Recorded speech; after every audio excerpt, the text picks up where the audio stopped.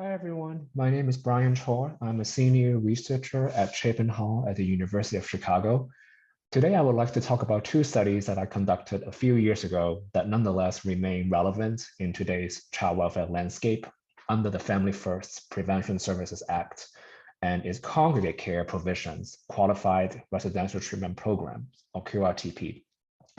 In particular, these two studies addressed using the child and adolescent needs and strengths CANS tool to support out-of-home placement decision-making and child welfare outcomes. This work was conducted during my time at Northwestern University, and I would like to acknowledge my collaborators at the time, Gary, Dana, Neil, and John. You will find these two studies respectively in Child Abuse and Neglect, as well as the Administration and Policy in Mental Health and Mental Health Services Research Journal. To frame the research questions of these two studies, imagine a typical continuum of care in the child welfare system that ranges from least to most restrictive settings. The first study question that we want to focus on is to address the tremendous responsibilities that caseworkers face pretty much every day to make the right decision for every kid on the caseload.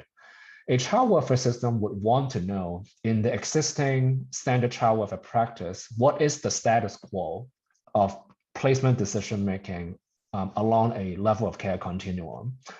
And if the system is already using a decision support tool for this very purpose, how do the recommendations by the workforce align with the recommendations by the tool? The second study question is to then focus on what happens to the kids if you were to incorporate the use of a decision support tool to see if the outcomes of these kids differ over time if you were to use the algorithm or the tool or you don't. This is an illustration of the criteria that the study used to make recommendations for residential treatment. The criteria were developed by multiple stakeholder groups. Each criterion consisted of a set of CANS items and a condition on the scores. Through a series of if-then statements or Boolean logic, the criteria all together, taken together, indicate whether a given child's CANS profile would meet criteria for residential treatment.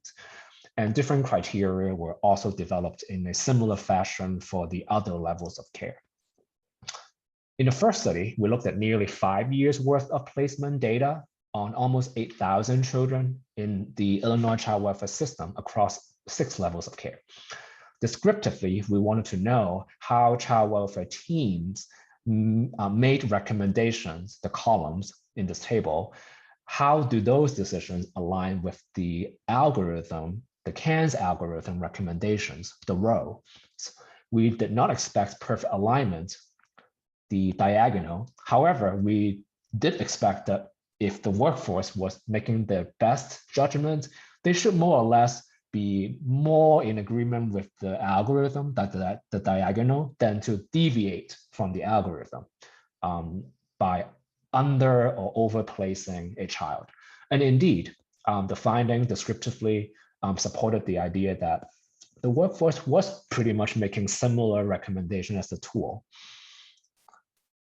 Now, we also wanted to make sure the patterns that we identified were not by chance, the ones that we observed. So we use a method called log linear modeling to model these statistical relationships between the CANS algorithm recommendations and the team recommendations to fit the data that we just saw earlier. The strength of this relationship is measured and expressed in odds ratio, the numbers here. If an odds ratio is greater than 1, the effect is stronger, and if the odds ratio is less than 1, the effect is smaller. And if the effect is statistically significant, then that means the relationship was predicted to be above and beyond by chance. And if we look at it this way, the concordant decisions were absolutely statistically significant in a way that confirmed the descriptive findings. And when you look at the discordance, the effects of discordance, again, tended to focus on the adjacent levels of care, meaning when you deviated, the deviation was by one level higher or one level lower than the CANS algorithm. In the second study, we leverage what we learned from the first study, which was, yes, it was good to know that the teams more or less agree with the algorithm. In the second study, however, we focused on what happened to the kids consequent to the decisions being made. So we used hierarchical linear modeling to look at two things: the kids' outcomes changes over time based on the CANs, and also how the kids' outcome changes differ depending on whether the decisions were concordant or discordant. For simplicity's sake, we only looked at 4x4 comparisons, so only focusing on kids that were 16 or younger in the same Illinois child welfare system in the same study time period. In this HLM model, we wanted to know two things: how the kids were doing at baseline, meaning at the time the decisions were being made. Do the two groups differ?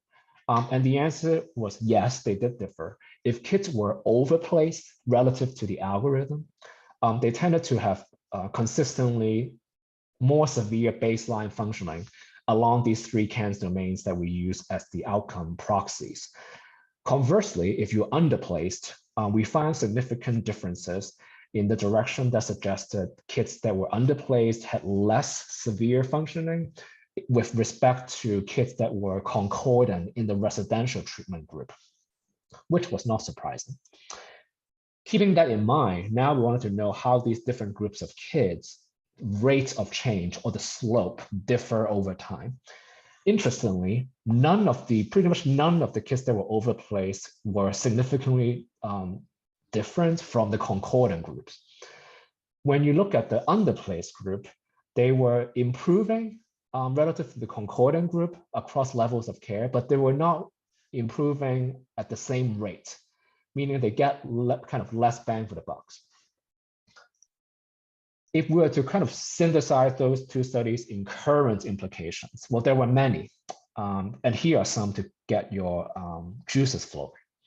First is under the Family First Prevention Services Act, to be placed in QRTP approved and paid for requires an independent assessment of the appropriateness of placement by qualified individuals or QIs.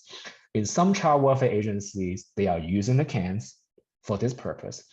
And in some child welfare agencies, they're using the CANs in such a way that the criteria for residential treatment were developed almost identical to the ones used in this study. So it bears current relevance to how a decision support tool such as the CANs is used in child welfare settings.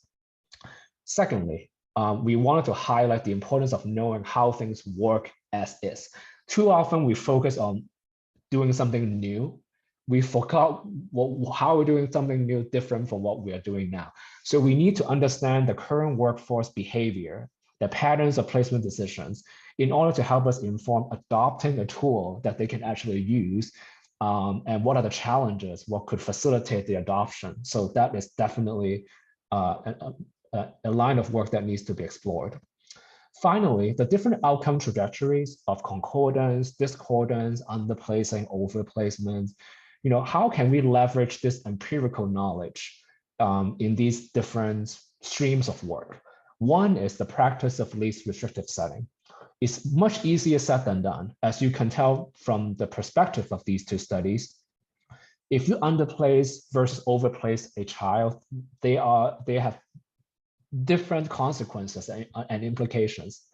So they're not to be treated the same. Further, in the, again, Family First QRTP era, a child welfare agency might also want to consider using a tool such as the CANs to help caseworkers target and funnel their decisions to make referrals to the QI, so that you're not just making any referrals under the sun to the QI, but just the ones that the caseworkers really, really think that residential treatment could benefit the child. Thirdly, is to remember that service intensity is just as important as where you place the kids. So often we try to package what you get from a setting with where the setting is, but we forgot that in reality, if a child can get a certain type of treatment in a home-based setting, as well as in a residential setting, well, maybe a priority should be placed for the home-based setting, where the kid can still remain in a home setting, the environment that will, foster relationships while getting the services they need, than to put them in residential. And last but not least is to place a much more important emphasis on continuous quality improvement, or maybe a transformational collaborative outcomes management perspective, to make sure that you're not just focusing on implementing the tool, but to say, if the kids' experiences and outcomes change depending on how you use the tool, that it will feed back to how you want to tweak the implementation of the tool, so that it's not a static way of carrying things out. So I hope this study, these two studies spark some ideas and you enjoy the presentation, and thank you for listening.